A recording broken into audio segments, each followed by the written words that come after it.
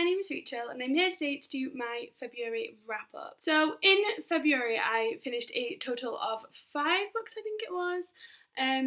But I'm very, very happy with the books I read because a lot of them were classics. So I'm very glad that I got through them, even though they were shorter. Yeah, it's still good for me. I haven't been having the best time mental health wise, which is why I haven't really put a lot of videos up recently. But one of the things that happens when I'm not having a good mental health situation is that my mood reading goes to the extreme. So usually I'm a mood reader in that I will pick up a book and want to read it. But when I'm not in the best headspace, I pick up a book and pick up a book and pick up a book and pick up a book and just constantly pick up a new book to read all the time. And so I've read like the first fifth of a shit ton of books this month and then just like not read the rest. So yeah, this is going to be a very mixed wrap up. There's a few books I've finished which I'm going to talk about first, and then I'll just like mention a few books that I randomly started during the month. So the first book that I finished this month, I was literally just finishing. I had like 2 chapters left, and it was The Sign of Thought by Arthur Conan Doyle. This is the second Sherlock Holmes book, and I didn't enjoy this at all. I gave it 1 star. However, I listened to it on audiobook and I found myself zoning out a lot, which I didn't do with the first one, and I read the first one instead of listening to it on audiobook, and I really enjoyed it. So I think I'm actually going to reread this before I let that rating stand and before I decide not to read more, because actually for the amount that I enjoyed the first one, I feel like this is a weird rating for me to give, and especially because I did feel myself zoning out, and I don't know if that's due to the story or due to the fact that I was listening to it instead of reading the proper like text of it. So yeah, I'm going to give this another try at some point and see what I think, but I did not enjoy listening to an audiobook. Then the next book that I finished was Molly's Game by Molly Bloom, and this is Molly Bloom's like memoir of her time running a poker ring, basically. So she is very ambitious, really wants to be successful, but doesn't really have like a thing that she's passionate about that she could be successful with. And so she moves to LA and gets a job just at like a random restaurant, I think it is. Then she ends up working at this cocktail bar that a lot of celebrities go to, and then she kind of just gets into that like ring of celebrity people. And I think her boss starts a poker game, and she is sort of the person who sits over the poker game. So if somebody needs a drink, they would go to her. If there's anything that needs to be provided, she will provide it. If they need money, they need to give it to her. She's handling everything, and the way that she makes money during the game is through tips. And the guy says, you know, if you want to be invited back to this poker game, you need to tip Molly the first time, and this becomes a running theme of that's the way that she gets paid. And it goes from there. She doesn't shy away from name dropping or saying exactly what happened. She talks about how much of an arsehole Tobey Maguire is to her. There's loads of famous people just dotted throughout the book, and she just gives a very honest account, I think, and I really, really enjoyed this memoir. I gave it 4 stars, and I'm so excited I've read it now because I really want to watch the film because I love Jessica Chastain. So that's exciting. Then the next thing that I read was Lady Susan by Jane Austen. So if you've been watching my channel, you will know that I want to read all of Jane Austen's works this year, and the next one for me was Lady Susan because I'm trying to read them in publication order. I really enjoyed this book. I usually hate books in this format. It's one of the reasons that I hate like Dracula, that obviously the whole story is shit anyway. But I can't stand the format of diary entries usually. This is letters and it's kind of epistolary. However, I find letters and diaries very similar in that I'm really not keen on them. It's one of the reasons that I really didn't enjoy Artemis recently, because there's these letters in it or emails or whatever, and I'm just like, nah, I'm just not a fan. They can be in there, but as part of them actually making up the telling of a novel, I normally hate it.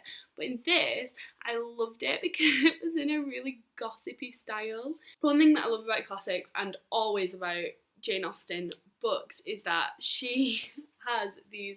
So my favourite thing about classics probably is the conversations where there are these conversations that obey all societal expectations and restraints. However, there is an undercurrent of anger or like hatred, and that she manages to get that across without breaking any of those societal constraints on conversations. And that's something that I adore. Oh my god, I love it, and it's something I know I really love that about Pride and Prejudice. It's one of the reasons that I really enjoy Mr. Darcy and Elizabeth, because I really enjoy like that sarcastic flirtation they have that sticks within these constraints, but they are kind of slagging each other off at the same time, and I really enjoy that. So it was really cool to see that in this book, and this had that in the letters that were sent to Lady Susan and from Lady Susan to certain people. So if it was someone she wasn't so close with or blah blah blah, like they'd be normal. And then if it was to like a friend, she'd then be bitching about the people, and you'd know how insincere her letters were. And the same with the people who sent her letters. You would then get their letter to another person who would be like, oh my god, Susan is blah blah blah blah blah blah blah blah blah blah blah.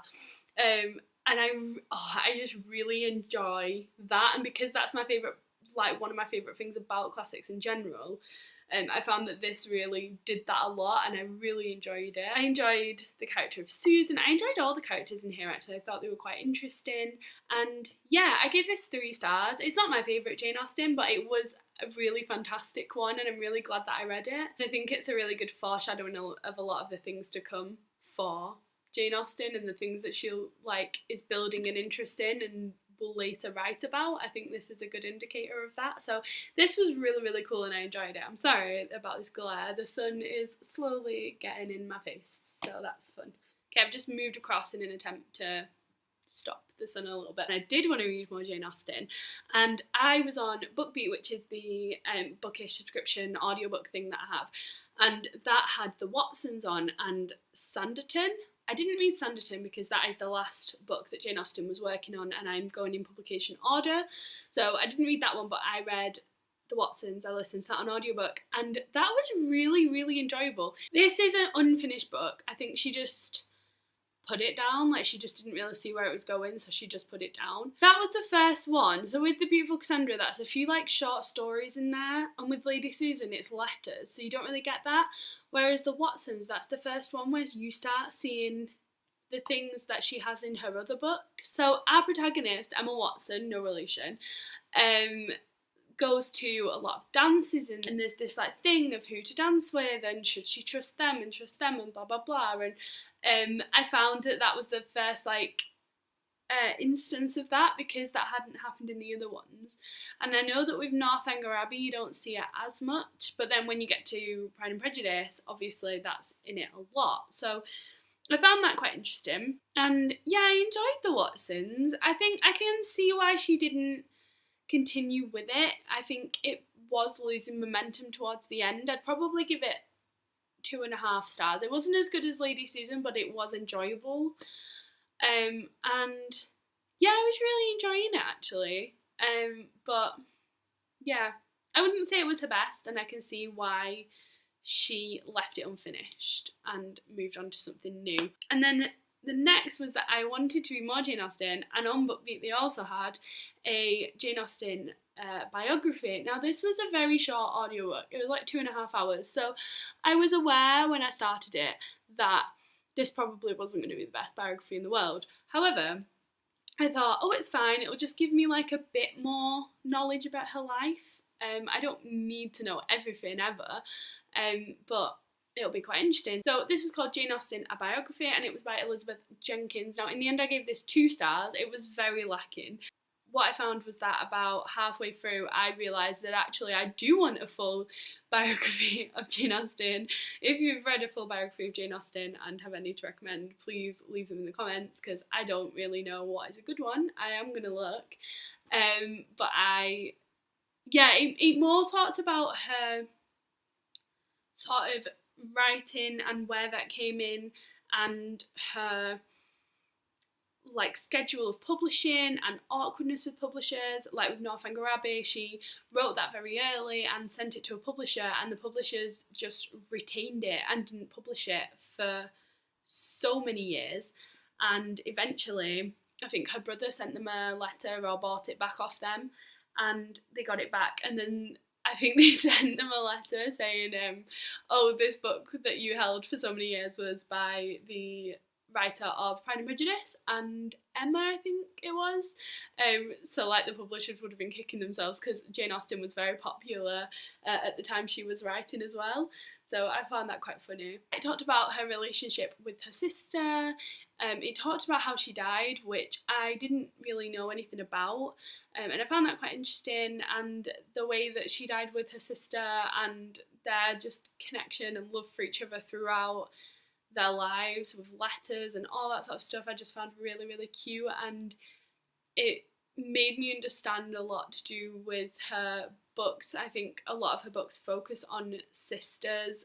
Obviously with Pride and Prejudice, massively, you have all of the sisters in it, but then you have this connection between Elizabeth and Jane, which probably would be similar to Jane and Cassandra, I'm guessing. And I know I've not read it yet, but with Sense and Sensibility, I know you have a similar sisterly relationship being the like key thing in that book. So I think her relationship with Cassandra definitely shaped that sort of writing for her. And that's all the Jane Austen reading that I did this month, which was quite a lot. I don't know what it was, I just got in this like obsession with Jane Austen this month.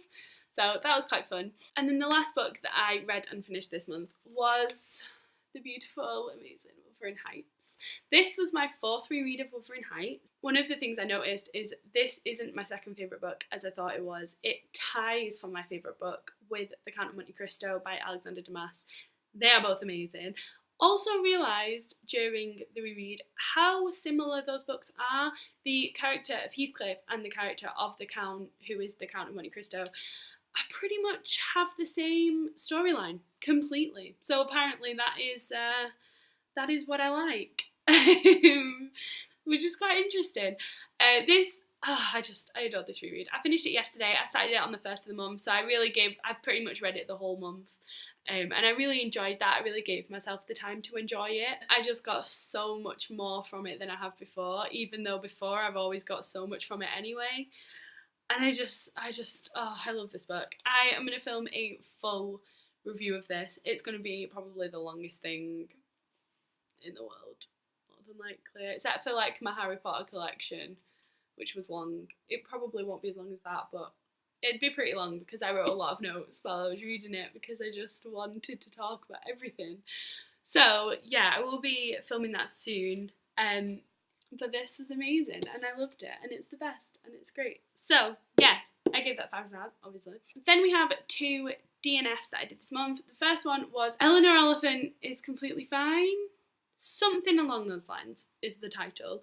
I did not enjoy this. I didn't like the character of Eleanor, and I didn't really like her point of view. I only read about a chapter or 2. I got it out from the library here, and yeah, I just wasn't really getting into it, and I didn't want to read it, so I just put it down. It probably is good, but yeah, I just wasn't in the mood to like push myself through a narrative I wasn't enjoying.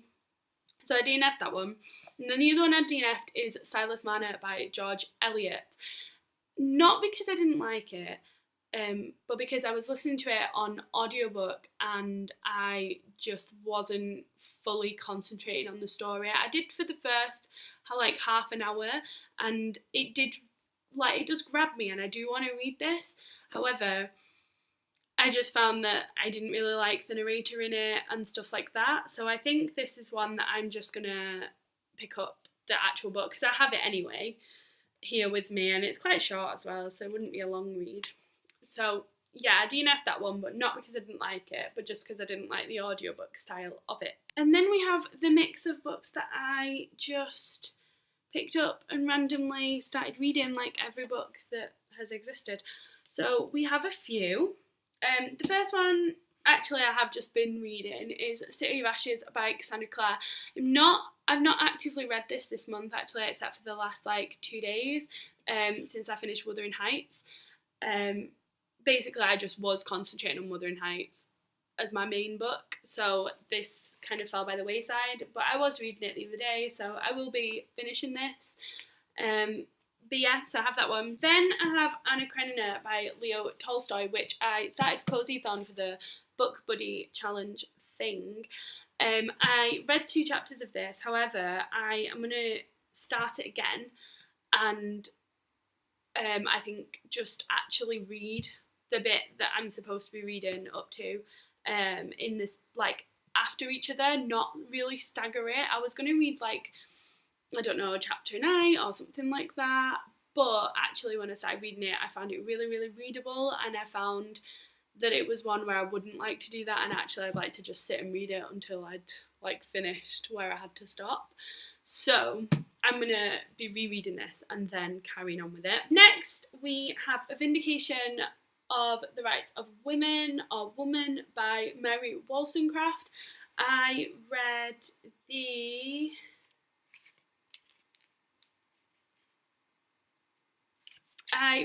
introduction to this, intending to read it for Feminist Lit Feb.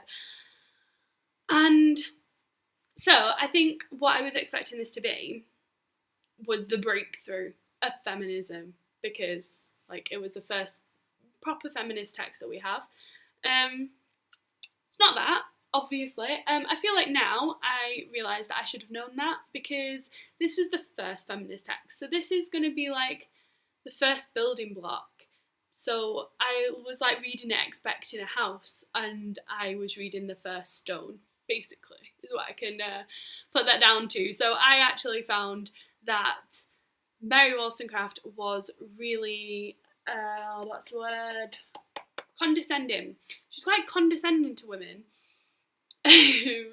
And very, like, judgmental of what women allow to be done to them and things like that. And I think I'm going to read all of this, but I think what I was expecting, I now know that isn't going to be what I get from this, and that actually this is just going to be the first building block that is then developed over the years to now be what feminism is. So yes, I'm going to read this, but it's going to be a different book from what I was expecting. Then we have The Magic Mountain by Thomas Mann. I started this when I was in Davos just because I wanted to read some of it while I was there. I've read like the first chapter. I read it on top of a mountain in a hotel where the guy who wrote it. So that was pretty cool. But yeah, I'm hoping to carry on with this and finish it at some point. And then I have Democracy A Life by Paul Cartledge. This was not one I thought I would be picking up. My girlfriend came to visit and she bought this when we were in a bookshop, and she loves books like this. Like, she does philosophy at university and she adores like these books. Like, yeah, I don't read these books at all, and I always call her books boring and say mine are better, just to annoy the crap out of her. But she left this here and it's so beautiful. Like, this is such a beautiful edition, and I decided that I was going to read it because, number one, it'll annoy her because she's not read it yet, and number two, I actually just don't know anything about it, and if it's something that she's so interested in, I feel like I should at least read something about it so we could have a conversation. I have read about 60 pages or something so far, and it's not so bad. I texted yesterday to annoy her and tell her that I thought philosophy was easy and that I got past picture books quite a long time ago, and that her stuff was just easier than mine, just because, you know, gotta wind her up sometimes. But yeah, so I'm reading this the last like 2 or 3 days. The last one is The Shock of the Fall by Nathan Filer. So this was recommended to me by Kate over at Books and Things on my mental health recommendations video. At the end I said, like, if you have any mental health recommendations, please give them to me because I want to read more, and this is one that she recommended. I thought that, like, oh, that's cool, but I won't get to read it for ages because I'm in Switzerland and blah blah blah, they probably won't have it. Went to the library, which is a very understocked of English books because I am not going to like the main Zurich library, I'm going to just the library of the village that I live in, and they had this book. Like, I just found that so weird that it's so like understocked for English books. Like, you can't really find a classic in there. But you can find this, which is quite cool. So I've started reading this. I am about 40 or 50 pages into it and I'm really enjoying it so far. One of the things that I'm really enjoying about it is the narrative style, the way that he talks to the reader.